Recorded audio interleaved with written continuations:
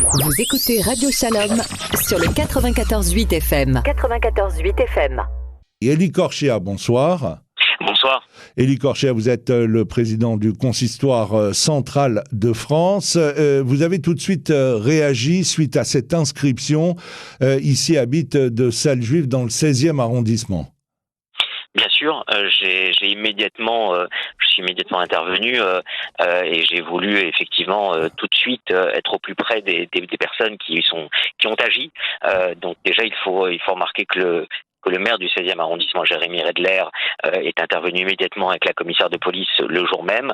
La préfecture aussi, évidemment, est intervenue et une plainte, avant même que la plainte d'ailleurs ne soit déposée, le nécessaire était déjà fait pour que la police scientifique puisse être missionnée alors que nous étions effectivement un dimanche et pour que le nécessaire soit fait pour que nous fassions tout sur place pour qu'évidemment les auteurs de ces faits ou l'auteur de ces faits puisse être retrouvé. On ne peut pas accepter ce type de situation parce qu'effectivement on pourrait se dire est-ce qu'il faut en parler, est-ce qu'il faut médiatiser, est-ce qu'il faut faire des interventions parce qu'évidemment ça reste intact sur un immeuble, mais on ne peut pas accepter que des propos aussi odieux sur un immeuble dans le 16e arrondissement, ce qui veut vraiment dire qu'aujourd'hui, ce type d'acte antisémite vise tous les endroits dans notre pays. Il n'y a pas de quartier où il n'y a pas d'endroit plus protégé que d'autres. On ne peut pas accepter ce type de signal. C'est un signal trop grave en matière d'antisémitisme. Et vous savez très bien que lorsqu'on a parlé des chiffres de l'antisémitisme, et j'en parlais hier soir d'ailleurs à la télévision, vous savez très bien que lorsqu'on a parlé des actes, des plus de 1600 actes antisémites sur l'année 2023, plus de la moitié de ces actes concernent des actes contre les personnes. C'est-à-dire ces actes qui touchent, là par exemple, un immeuble où habitent les gens, mais ça peut être aussi le cas parfois d'actes qui touchent dans le milieu professionnel. Et donc ce sont des actes qu'on ne peut pas laisser, parce qu'il faut imaginer la sensation des personnes lorsqu'elles habitent dans un immeuble, quand elles descendent et qu'elles voient leur voisinage.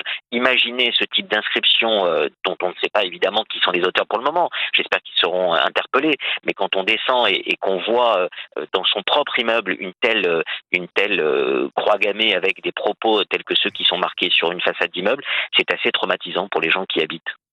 Élie Corchia, vous êtes le président du consistoire central de France. On a un décompte relativement précis du ministère de l'Intérieur avec le SPCJ sur les actes antisémites. Ce qu'on n'a pas, c'est la suite. Quelles sont les personnes qui ont été arrêtées? Quelles sont les personnes qui ont été déférées? Quelles sont les personnes qui ont été condamnées? Ça reste un grand point d'interrogation.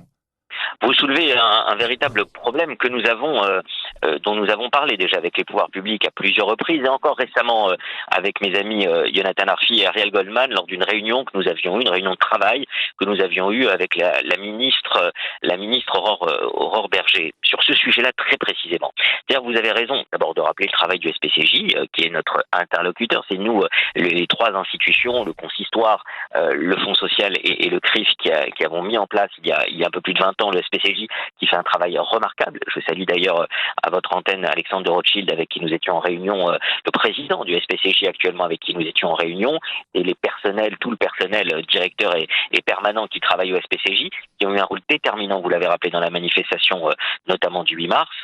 Mais ce travail-là, il nous permet avec le SPCJ d'avoir des décomptes, comme vous le dites, au fur et à mesure avec les services du ministère de l'Intérieur. Tous les dossiers qui ont donné lieu à une plainte, tous les actes antisémites, quelle que soit sa catégorisation, eh bien sont pris en compte. Le problème que nous avons, nous savons dans tel ou tel dossier qui ont un peu défrayé la chronique, nous avons évidemment un suivi, notamment avec le parquet, notamment avec des tribunaux. On a le suivi avec des condamnations qui sont prononcées. Vous voyez régulièrement d'ailleurs des avocats bénévoles qui interviennent dans plusieurs associations, qui prennent ces dossiers en main. Et d'ailleurs je les remercie régulièrement pour le travail bénévole qu'ils font. Et ils accompagnent des dossiers pour faire condamner des personnes pour antisémitisme. Mais de façon générale, il nous manque au ministère de la Justice, à la chancellerie, et nous en avons parlé à plusieurs reprises avec eux, un travail avec un logiciel qui permettrait de pouvoir avoir sur les actes annuel, le suivi des actes pour antisémitisme et savoir quelles ont été les peines, quels ont été les suivis. Et comme malheureusement vous savez que les durées de procédure sont parfois longues, eh bien c'est compliqué, ils n'ont pas réussi, et c'est pas le gouvernement actuel, c'était aussi les gouvernements précédents, ils n'ont pas réussi depuis de nombreuses années à mettre en place un système qui nous permette d'avoir sur la globalité des actes un véritable suivi des condamnations pour faits d'aggravation antisémite. Alors, je le disais, le préfet de police de Paris, Laurent Nunez, a annoncé avoir saisi la justice après des jets de projectiles et des insultes contre les femmes du collectif Nous Vivrons, qui ont été exfiltrées grâce au SPCJ du cortège parisien pour la Journée internationale du droit des femmes. Nous avons identifié les auteurs, c'est ce que dit le préfet de police de Paris. Et ça me fait penser à cette déclaration d'un obscur député LFI qui avait condamné l'agression de Marco, ce sexagénaire qui a été tabassé dans le 20e arrondissement et qui avait dans son tweet dit et vous avez bien sûr toute votre place en France. Alors on est content de savoir que nous, juifs français, avons une place en France, mais on se rend compte en même temps que quand on veut manifester pour les droits des femmes et les droits des femmes israéliennes, on n'a pas toute notre place dans les cortèges. Évidemment, vous avez raison, il y a une partie d'extrémistes aujourd'hui qui font beaucoup de mal. Et alors heureusement, on voit bien que les pouvoirs publics se saisissent de ce type de dossier. La déclaration et les annonces du préfet Laurent Nunez, avec qui là aussi on est en contact constant et qui fait un travail vraiment remarquable sur le terrain. On a vu ces déclarations, au moins on voit bien que les pouvoirs publics suivent pour poursuivre ces personnes-là. Mais ces personnes, évidemment, aujourd'hui, elles sont dans l'exclusion de l'autre. Et c'est ce qui s'est passé lors de cette manifestation. On avait déjà été très déçus de beaucoup de mouvements féministes. On avait vu qu'il y avait 2 poids 2 mesures.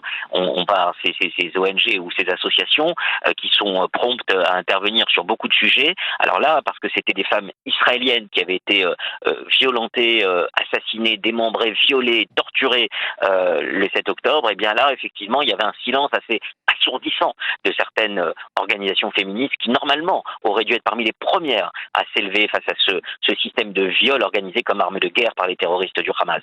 Déjà, il y avait une très profonde déception et beaucoup de voix s'étaient élevées par rapport à cela. Mais alors là, cette manifestation du 8 mars, c'est vraiment la honte en plein Paris, c'est-à-dire des femmes qui viennent avec d'autres femmes, le jour, comme vous le rappelez, de cette journée internationale des droits de la femme, des droits des femmes, pour intervenir et rappeler la souffrance de ces femmes qui ont été violentées ou qui ont été tuées, et effectivement, ou qui sont encore otages. Rappelons les 14 femmes otages encore entre les mains du Hamas et des terroristes à Gaza ou à Rafah.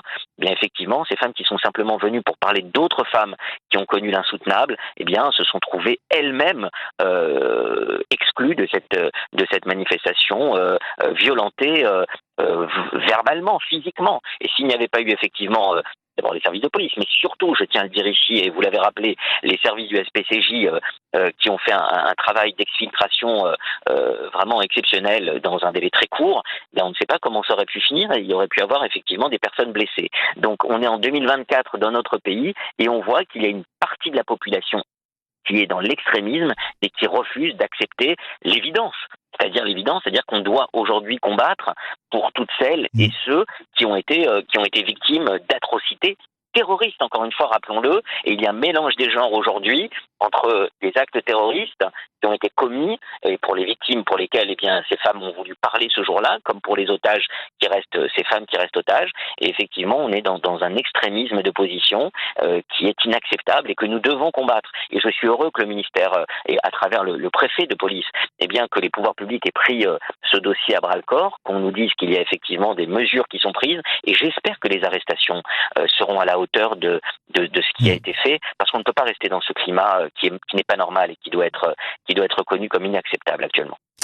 Élie Korcher, merci d'avoir été en direct avec nous sur Radio Shalom, vous qui êtes le président du Consistoire central de France. Bonsoir. Bonne soirée.